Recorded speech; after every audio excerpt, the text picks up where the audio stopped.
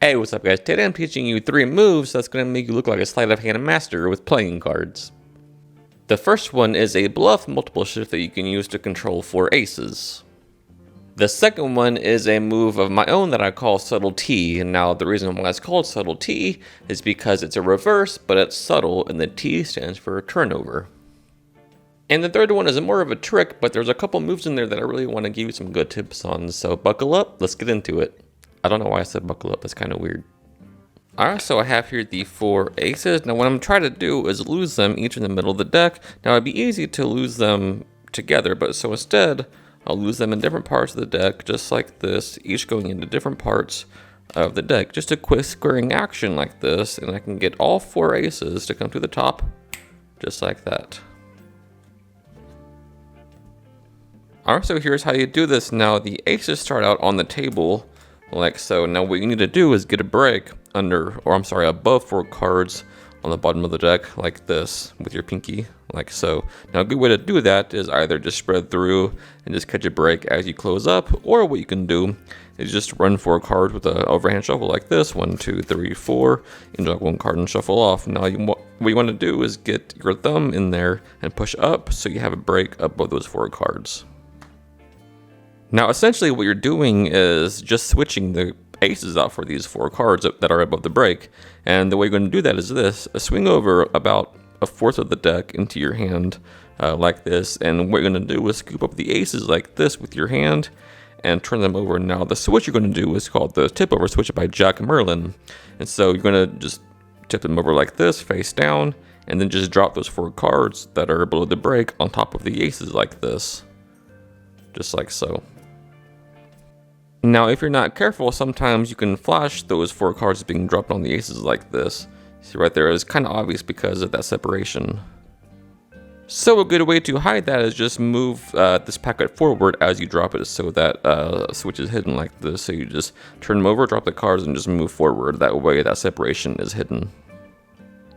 Now what you do is just pretend to put the aces in different parts of the pack. So what we have here is 4 indifferent cards on top of the aces right here. So what you can do is take these cards, dribble a few of them, drop a card there, dribble a few more, drop a card, dribble a few more, drop a card, dribble the rest, drop that last card, and dribble the rest on top. And that looks really convincing, and it looks like sloppy and like a mess, like the aces really are lost. But what you have here are the aces already on top of the deck. Do me a favor, touch the back of any card, that one right there, remember it, and it goes back somewhere around the middle of the deck. I'll even give it a few cuts just like this, just to really make sure it's lost. I'll even give it a good overhand shuffle. Now watch, just to make sure your card isn't near the bottom of the deck, is it? No, let's check the top, because sometimes this does happen, and I just want to make sure that it's really lost somewhere in the middle of the deck like this. Now watch. I want you to imagine that your card is somewhere in the middle, face down right now, turning face up like this. Now if that really happened, then we should see your card right now, because it's face up. It's the 6 of spades. Right now watch, a quick snap and that imagination turns into reality. Your card, the 6 of spades, face up in the middle. Alright, so this is how you do that reverse. Now what you need to do is have a card selected and controlled force from the top. So a good way to do that is have them touch the back of any card and sort of out jog it like this, and so they can see it. And what you want to do is spread over 3 cards like this in the lower half like this, and keep a break under those 3 cards as you close up the spread. Now a good thing to do is actually have them pushing the card flush like this, because that's a really good convincer. Now at this point what you do is just do a simple double undercut like this, and at this point their card will be 4th from the bottom.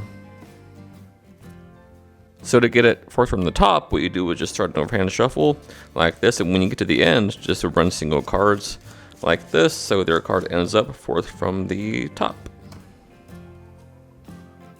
Now what you do here is you show them that their card isn't near the bottom like this. I'll show a few cards like this, and I'll turn the deck face down, and what you want to do is, with your palm down hand, take cards like this and turn them face up like this.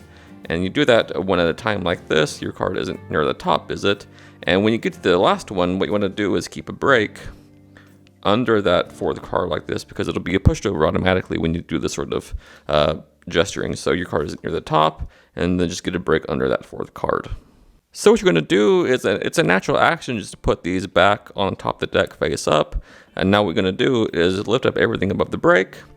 So those are 3 face-up cards, including their face-down selection, and just put them back in the middle. Now, that's hidden because of the fact that only you can see the face of this card. So what you're going to do is just lift up the half the deck with your thumb like this and just put them back in the middle. But keep them vertical like this so they can't see the face of their card. But that's also a glimpse. So you're looking at the ace of clubs, but they don't know that. So those go back in the middle vertically so they can't see anything, right? But this is what you see. So just push them back in like this and then put the deck down. So not only have you reversed their card, but you also know the card now, so you can do whatever you want to do. With my presentation, imagine your card is face down in the middle, turns face up, snap your fingers. That imagination turns to reality. Your card is actually face up in the middle of the deck. Do me a favor, just say stop as I cut the deck like this. Stop right there. Now watch. Remember that card, the 5 of hearts. It goes back somewhere in the middle of the deck, right around there. Leave it sticking out. All right. So watch. I'll also take the top card. In this case, the 5 of spades. Now watch. If I give it a little shake like this, your card looks like that 5 of hearts. So in the middle must be their card, the 5 of spades. All right. So what you'll need for this trick is a duplicate card. And these will go on the bottom of the deck and you're ready to begin. All you do, get a break above those bottom cards and then transfer the deck to your other hand and middle grip, maintaining that break with your thumb. Now what you're going to do is swing over, portions of cards like this, maybe 5 or so cards each, and ask the spectator to say stop anytime. Now once they do, what you're going to do is push their card forward with the tips of your fingers like this.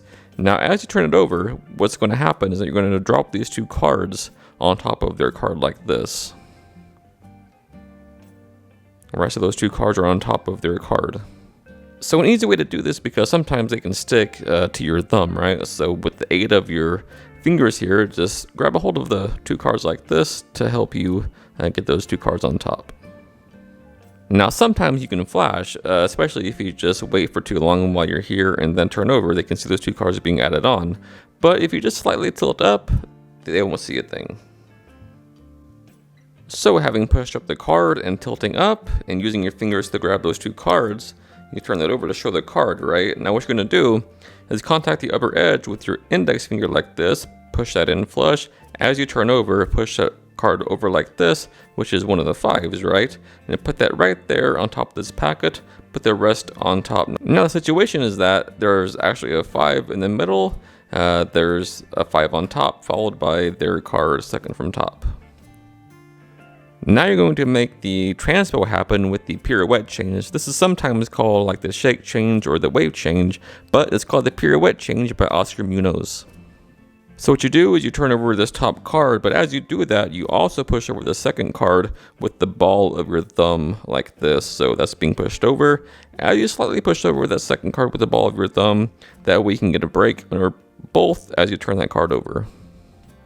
Now what I do is I take both cards in middle grip and sort of push them to the side like this and I say watch the 5 and watch your card. So I take both cards up like this, with my middle finger going in this corner, my thumb going in this corner. For left-handed people, it'll be the non-index, for right-handed people, it'll be on the index. So here's a good tip on this change itself. As you're shaking, what's going to happen is the mechanics of it is this, you just do that, right? But the timing is very important to make it look the best it can be. So as you're shaking, what you're going to do is do the twirl when you're cranked back like this. When you're all the way back, that's when you do the twirl, because your hand actually hides the twirl better, right? As opposed to doing it right here in the open, when you're all the way back, the hand hides it a lot better. So when you come back forward, the change is already made. Motion, right? You're shaking, all the way back, do the twirl, come back forward. So the card is here, you take the card up, do the change, and then you're still shaking, and then at some point just toss the card on top of the deck. So the 5 is changed into their card, you can just take this off freely and then take the card off in the middle and it'll be the 5 of spades. And there's the transpo. Alright, so I hope you learned some new moves and I hope you like this video. And another thing, even though I don't always reply to them, one thing I love the most about you guys is the comments that you leave. It really just makes my day when I read those. Until next time, happy practicing. I love you guys.